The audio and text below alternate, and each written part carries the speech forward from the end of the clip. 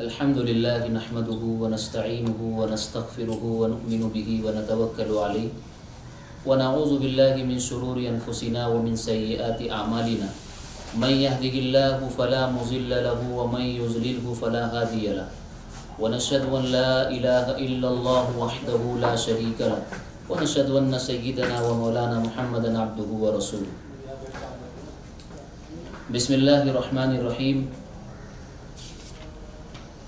عزیز طلبہ اعزام، الحمدللہ اللہ کے فضل و کرم اور ارباب جامعہ اور اساتذہ کی فکروں سے آن لائن تدریس کا یہ مبارک سلسلہ جاری و ساری ہوا ہے۔ ابھی تک ہم نے شرح الوقایہ کے آپ حضرات کی خدمت میں 5 اسباق آڈیو کے ذریعے پہنچانے کی ہم نے کوشش کی ہے، جو انشاءاللہ اپلوڈ کر دیے جائیں گے۔ شرح الوقایہ کا ہمارا یہ آج کا 6واں سبق ہے، جو ہم ویڈیو کے ذریعے ذمہ داران کی ایما ان کے حکم کے مطابق آپ تک پہنچانے کی کوشش کر رہے ہیں۔ اس کا مقصود زیادہ افادہ اور زیادہ استفادہ ہے۔ دعا فرمائے کہ اللہ تعالیٰ اس سلسلے کو عافیت کے ساتھ جاری رکھتے ہوئے ہمیں بالمشافہہ درس و تدریس کے سلسلے کی جو ہے مبارک گھڑیاں ہم کو اللہ تعالیٰ نصیب فرمائے۔ تو آئیے آج کا ہمارا یہ سبق ہے ثم الکعب فی روایت ہشام عن محمد والمفصل الذی فی وسط القدم عند معقد الشراء لكن الأصح أن العزم الناتي الذي ينتهي إليه عزم الساق وذلك لأنه تعالى اختار لفظ الجمع في أعضاء العضو فأريد بمقابلة الجمع بالجمع انقسام الآحاد على الآحاد۔ پھر کعب امام ہشام رحمۃ اللہ علیہ کی روایت کے مطابق جو انہوں نے امام محمد رحمۃ اللہ علیہ سے نقل کی ہے، والمفصل الذی فی وسط القدم، وہ جوڑ ہے جو قدم کے درمیان میں ہوتا ہے، عند معقد الشراء، تسمہ یعنی گرا لگانے کی جگہ۔ لیکن الاصح، لیکن زیادہ صحیح قول یہ ہے کہ کعب اس ابری ہوئی ہڈی کو کہتے ہیں الذی ینتہی الیہ عظم الساق، جہاں پنڈلی کی ہڈی ختم ہو جاتی ہے۔ دیکھیے عزیز طلبہ، اس عبارت میں کعب کی تشریح اور اس کا معنی بیان کیا جا رہا ہے۔ سب سے پہلے تو ہم یہ جانیں کہ لفظ کعب لغت کے اعتبار سے کعب اس چیز کو کہتے ہیں، ابری ہوئی چیز کو کہتے ہیں۔ اسی سے کعبہ کو کعبہ کہا جاتا ہے، اس لیے کہ دنیا کی ابتدا سب سے پہلے جس جگہ سے ہوئی ہے وہ وہی جگہ ہے جہاں آج بیت اللہ الحرام اور اللہ تعالیٰ کا مقدس گھر کعبہ موجود ہے۔ تو چونکہ وہ ابری ہوئی جگہ تھی، اس لیے کعبہ کو کعبہ کہا جاتا ہے۔ اب ایک معنی کعب کا، جس کو ہم اردو میں ترجمہ کہتے ہیں ٹخنا، ایک معنی اس کا امام ہشام نے امام محمد سے نقل کیا ہے،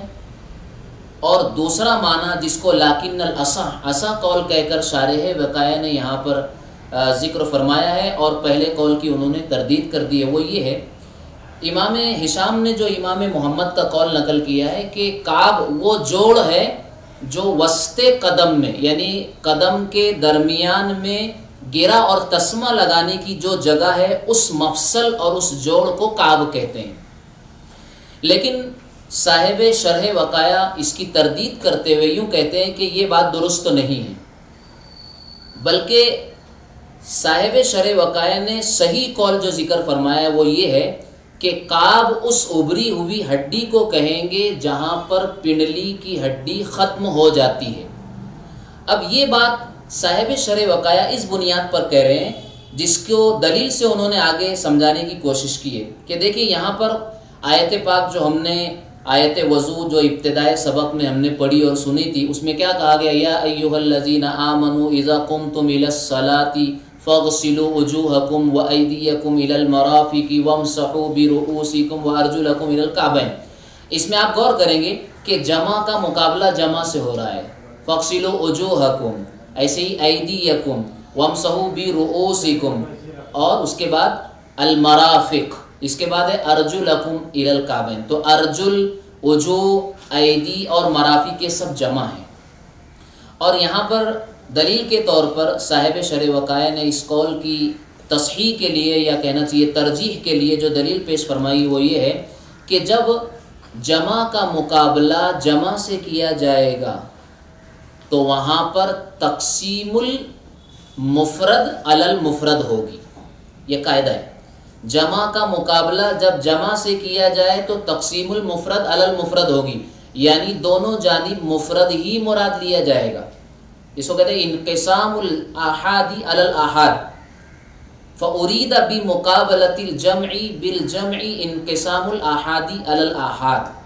تو چونکہ اعضائے وضو میں مقابلہ جمع کا جمع سے ہو رہا ہے، اس لیے یہاں پر مفرد کی تقسیم مفرد پر ہوگی، لیکن جب جمع کا مقابلہ تثنیہ سے ہوگا تو پھر تقسیم الاحاد علی الاحاد نہیں ہوگی، بلکہ جمع کے مقابلے میں تثنیہ ہی مراد ہوگا۔ جیسے ہم غور کرو، وَأَرْجُلَكُمْ إِلَى الْكَعْبَيْنِ، یہاں پر ارجل ایک طرف جمع ہے اور ادھر اس کا مقابلہ کعبین تثنیہ سے ہو رہا ہے، تو یہاں پر اس صورت میں جمع کا مقابلہ جب تثنیہ سے ہو رہا ہے تو یہاں پر تقسیم جمع کی تثنیہ کے ساتھ ہو رہی ہے، تو تثنیہ ہی مراد ہوگا۔ جیسے ہم اس کو مثال کے ذریعے سمجھ سکتے ہیں، جیسے کہا جاتا ہے رکیبو دوابہم، وہ سب اپنی سواریوں پر سوار ہوئے، تو رکیبو جمع اور دواب جمع۔ لبسو ثیابہم، ان سب نے اپنے کپڑے پہنے، یہاں بھی جمع کا مقابلہ جمع سے ہو رہا ہے۔ حفظو دروسہم، ان سب نے اپنے اسباق یاد کیے۔ اب آپ غور کرو، جمع کا مقابلہ جب جمع سے ہوتا ہے تو اس قاعدے کی روح سے اس کا مطلب یہ ہوا ان تینوں مثالوں کا کہ ہر ایک نے اپنا کپڑا پہنا، ہر ایک اپنی سواری پر سوار ہوا اور ہر ایک نے اپنے سبق کو یاد کیا، یہ مطلب ہوا اس کا۔ ایسے ہی یہاں پر بھی اللہ فرما رہے ہیں فَاغْسِلُوا وُجُوهَكُمْ، یعنی تم میں کا ہر شخص اپنے چہرے کو دھوئے، ہر شخص اپنے ہاتھ کو دھوئے، تو گویا یہ مفرد کی تقسیم مفرد سے ہوگی۔ لیکن یہ قاعدہ یہاں آگے والی صورت میں نہیں چلے گا جہاں ارجلکم الی الکعبین کہا گیا، اس لیے کہ یہاں ارجل جمع کا مقابلہ تثنیہ کے ساتھ ہو رہا ہے، اس لیے وہاں پر تثنیہ ہی مراد ہوگا، اور جب تثنیہ مراد ہوگا تو اصح قول جو بیان کیا جا رہا ہے کہ کعب اس ابری ہوئی ہڈی کو کہتے ہیں جہاں پنڈلی کی ہڈی ختم ہو جاتی ہے، تو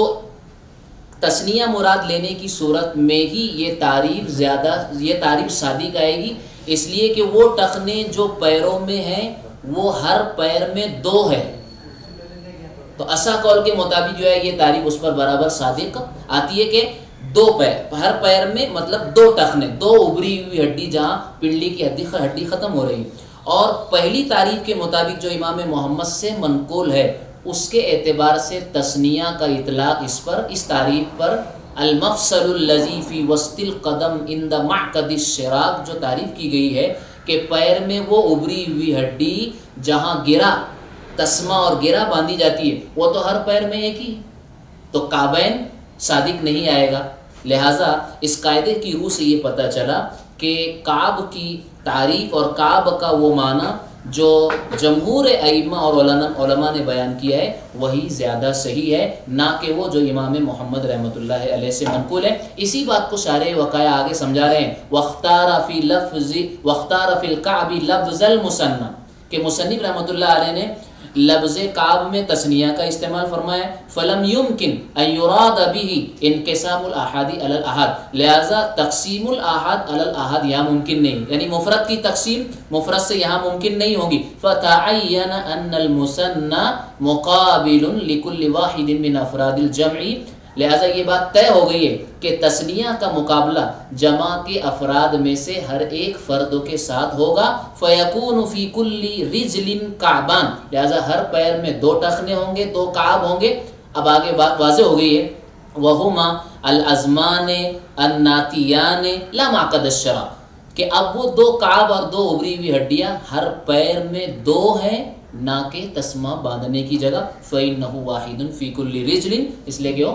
ہر ایک پیر میں ایک ہی ہے، تو گویا دوسری تعریف صحیح ہے نہ کہ پہلی۔ اس کے بعد ومسح ربع الراس واللحیۃ. صاحب وقایہ جو ہے اپنا متن پیش کرتے ہیں کہ چوتھائی سر کا مسح کرنا، چوتھائی سر کا مسح کرنا،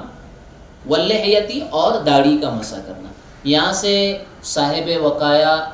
وضو کا چوتھا فرض و بیان فرما رہے ہیں. اس سے پہلے وضو کے 3 فرائض کو ہم نے پڑھا: چہرے کا دھونا، سر کے بال جہاں اگنا ختم ہو جاتے ہیں وہاں سے لے کے تھوڑی کے نیچے تک، دونوں ہاتھوں کو کونیوں سمیت دھونا، اور اس کے بعد جو ہے تیسرا جو ہے پیروں کا دھونا، اور یہاں پر جو ہے سر کا مسح کرنا، چوتھائی سر کا مسح کرنا، اور اسی کے ساتھ انہوں نے ذکر کیا واللحیۃ اور داڑھی کا مسح کرنا. تو جی وَمَسْحُ رُبِّ الرَّاسِ وَاللِّحِيَةِ، آیت پاک میں دیکھو مطلق کہا گیا ہے وَامْسَحُوا بِرُؤُوسِكُمْ، تم اپنے سروں کا مسح کرو، لیکن مقدار راس یا مقدار مسح راس کو آیت پاک میں بیان نہیں کیا گیا ہے. شارح وقایہ نے سب سے پہلے مسح کی مطلق تعریف فرمائی: المسح اصابۃ الید المبتلۃ العضو اما بللا یاخذہ من الاناء او بللا باقیا فی الید بعد غسل عضو من المغسولات.